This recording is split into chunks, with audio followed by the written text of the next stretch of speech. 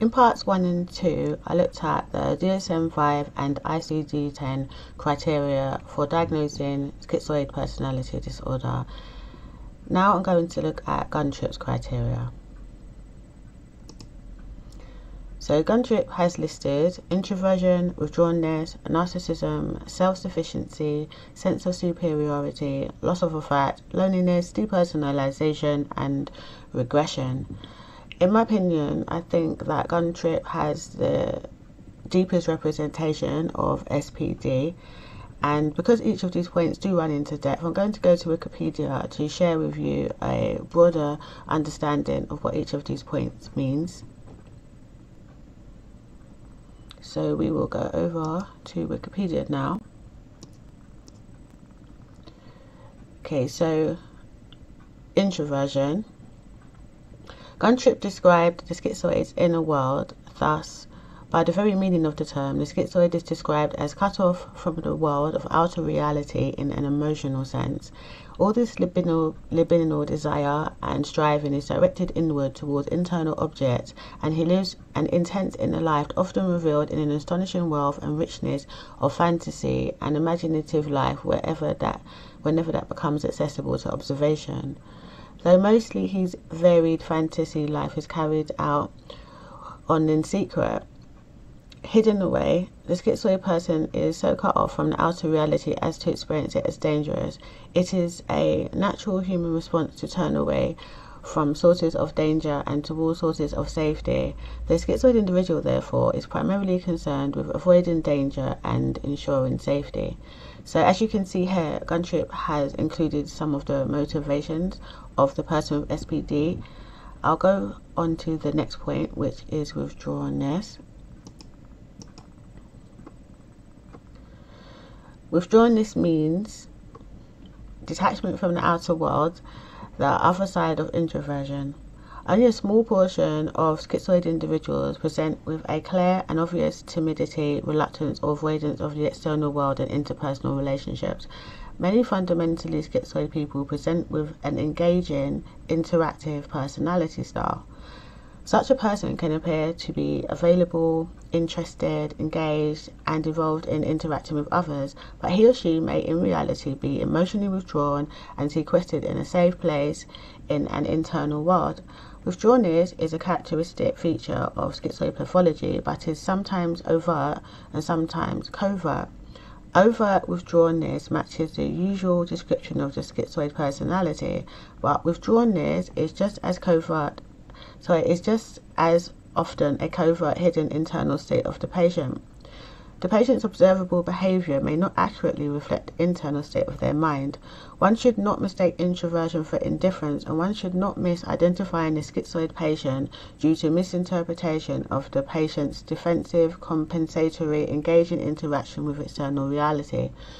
So I think that this is really a majorly big point where Guntrip's criteria is more representative of people with SPD.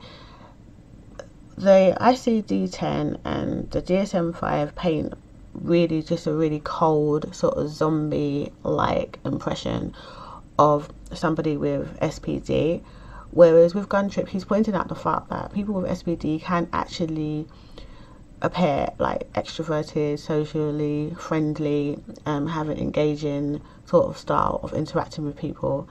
So the flat, sort of non-expressive human paint depicted by the DSM-5 and ICD-10 isn't really representative of all people with SPD. So I think that this is a really important point, because it could lead to some people not diagnosing themselves when they look at their DSM-5 and the ICD-10.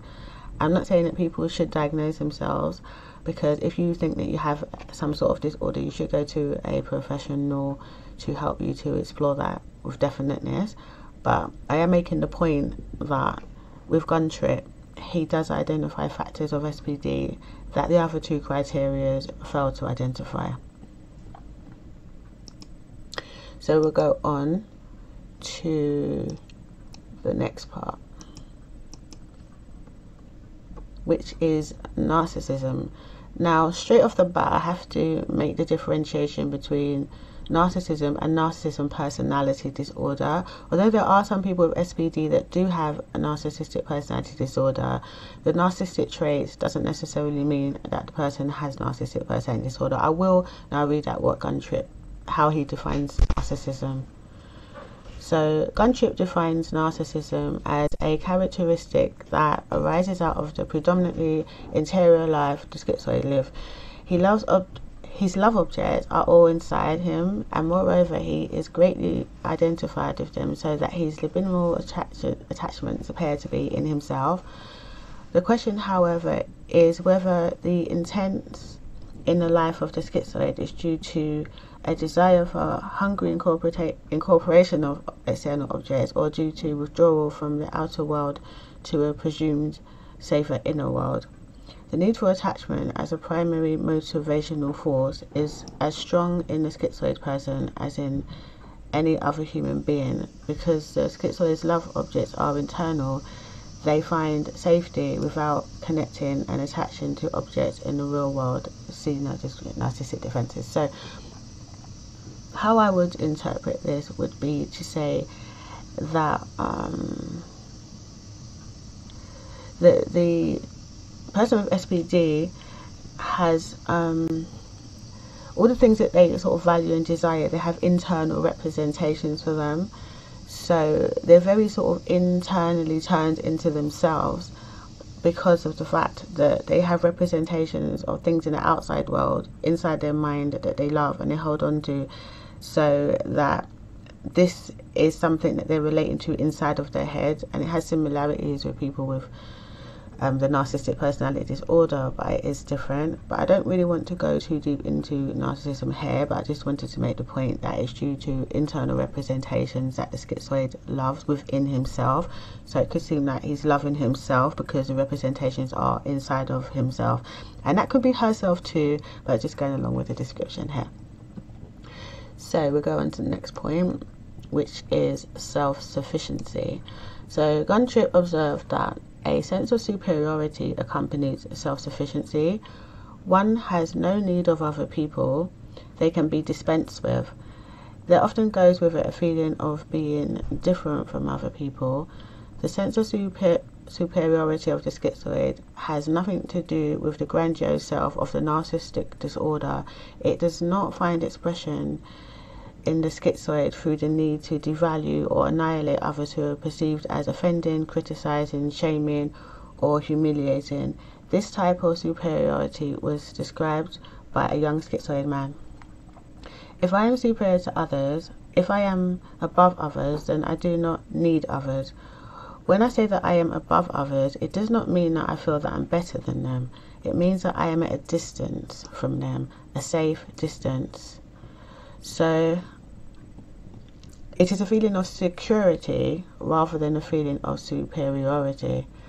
So I really do think that this is a good point, that being very introverted and having an inner world of one's own that isn't shared externally can make somebody very independent. And I think that self-sufficiency would give many schizoid people a sense of security, because then they don't feel that they need to rely on other people for things, because when the outside world seems unsafe and uncertain, then the less that one has to depend on the outside world, the better.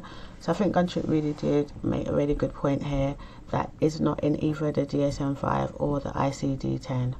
To go on to the next point, a loss of affect. Guntrip saw loss of affect as inevitable, as the tremendous investment made in the self interferes with the desire and ability to be empathetic and sensitive towards another person's experience. These things often seem secondary to securing one's own defensive, safe position. The subjective experience is one of loss of affect. Some patients experience loss of affect to such a degree that their insensitivity becomes manifest in the extreme as cynicism, callousness, or even cruelty. The patient appears to have no awareness of his or her comments or actions, of how his or her comments or actions affect and hurt other people. This loss of affect is more frequently manifest with the patient as genuine confusion, a sense of something missing in his or her emotional life. So this is a different way of looking at the loss of affect. It's going into the person's experience and saying that basically that because there's a lot of investment in oneself, that there may not be a lot of energy to direct out towards empathizing with others. So I'll go into the next point. Loneliness. Guntrip observed that the preceding characteristics result in loneliness. Loneliness is an inescapable result of schizoid introversion and oblation of external relationships. It reveals itself in the intense longing for friendship and love, which repeatedly break through. Loneliness in the midst of a crowd is the experience of the schizoid cut off from effective rapport. This is a central experience of the schizoid that is often lost to the observer. Contrary to the familiar character of the schizoid as uncaring and cold, the vast majority of schizoid persons who become patients express at some point in their treatment their longing for friendship and love. This is not the schizoid patient as described in the DSMs. Such longing, however, may not break through except in the schizoid's fantasy life, to which the therapist may not be allowed access for quite a long period in treatment. There's a very narrow range of the classic DSM-defined schizoids for whom the hope of establishing relationships is so minimal as to be almost extinct. The longing for closeness and attachment is almost unidentifiable to such a person. These individuals will not voluntarily become patients, as the schizoid individual who becomes a patient does so often because of the twin motivations of loneliness and longing. This type of patient believes that some kind of connection and attachment is possible and is well suited to psychotherapy. The psychotherapist, however, may approach the schizoid patient with a sense of therapeutic pessimism, if not nihilism, and may misread the patient by believing that the patient's weariness is indifference and caution is coldness. So what we see here is that, contrary to the DSM-5 and the ICD-10, that the schizoid can have a desire to be in a relationship or to have closeness with another human being. However, due to the schizoid defences, this is something that hasn't been possible. So as you see here, there are a certain percentage of schizoids that will enter into therapy to try to overcome the problem of having the inability of forming relationships with others. So that is loneliness. Depersonalization. Guntrip describes depersonalization as a loss of a sense of identity and individuality. Depersonalization is a dissociative defense, often described by the schizoid patient as tuning out, turning off, or as the experience of a separation between the observing and the participating ego. It is experienced most profoundly when anxiety seems overwhelming and is a more extreme form of loss of affect. Whereas the loss of affect is a more chronic state in the Schizoid Personality Disorder, depersonalization is an acute defense against more immediate experiences of overwhelming anxiety or danger. So I think that's quite self-explanatory. I won't go any more into that. And then regression. Guntrip defined regression as representing the fact that the schizoid person at bottom feels overwhelmed by their external world and is in a flight from it, both inward and as if it were backwards to the safety of the metaphorical womb. Such a process of regression encompasses two different mechanisms, inward and backward. Regression inward speaks of the magnitude of the reliance on primitive forms of fantasy and self-containment, often of an autocratic or even objectless nature. Regression backward to the safety of the womb is a unique schizoid phenomena and represents the most intense form of schizoid defensive withdrawal in an effort to find safety and to avoid destruction by external reality, which has been conflated with the challenging parental models faced by the subject following exit from the womb upon physical birth. The fantasy of regression to the womb is the fantasy of regression to a place of ultimate safety. So I would say, to sum this up, that what this represents is, rather than having a forward momentum to go out and explore the world, because of the introversion, the schizoid person is to some degree held back within their own self, and really wants to go inward to such a degree that they feel safety, and it could be compared with maybe a desire, metaphorically, to go back to the womb, which is a place of safety.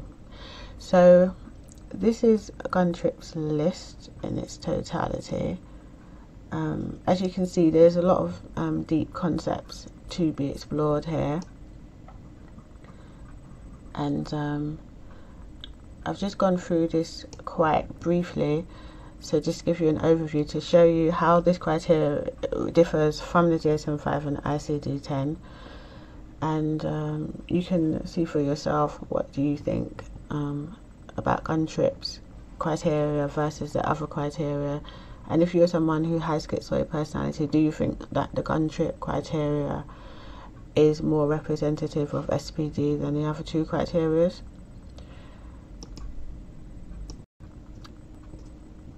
Right, so this is the end of the criteria videos. In the future, I will be talking more about my personal experience of SPD, and also I'll be making some animations containing characters that have SPD. So this subject will be further continued at another point in time, and thank you for watching.